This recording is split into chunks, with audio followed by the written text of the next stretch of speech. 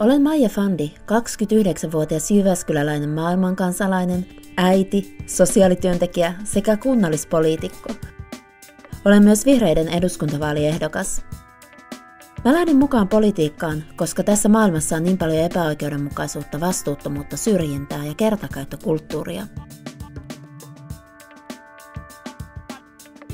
Tulevissa eduskuntavaaleissa päätetään Suomen suunta.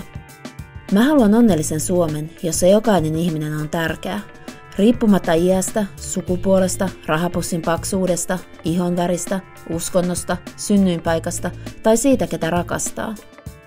Mä haluan onnellisen Suomen, jossa yhteisöllisyys, osallisuus ja luovuus ovat yhteiskunnan peruspilareita ja ympäristö otetaan huomioon kaikessa päätöksenteossa. Mä haluan monimuotoisen luonnon, eloisan lähiympäristön ja antoisan kulttuuriympäristön. Mä haluan Suomen, jossa yksinhuoltaja äidilläkin on varaa ostaa lapsilleen luomuruokaa ja jossa joukkoliikenne on todellinen vaihtoehto yksityisautoilulle.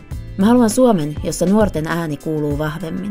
Mä haluan lempeämmän, demokraattisemman, avoimemman ja ekologisemman Suomen, jossa asuvilla ihmisillä on nykyistä paremmat mahdollisuudet toteuttaa itseään ja elää täyttä elämää taustoistaan riippumatta.